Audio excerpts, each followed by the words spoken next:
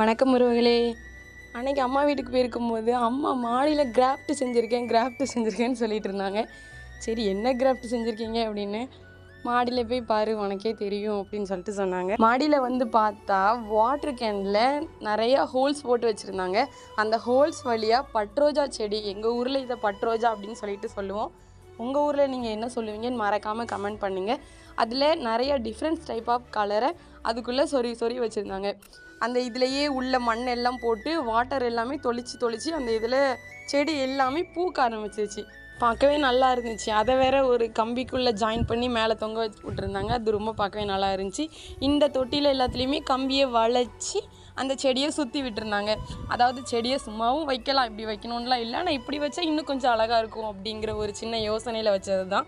இந்த வீடியோ உங்களுக்கு பிடிச்சிருந்தா மறக்காமல் லைக் அண்ட் சப்ஸ்கிரைப் பண்ணிக்கோங்க. அடுத்த வீடியோவில் பார்க்கலாம். தேங்க்யூ.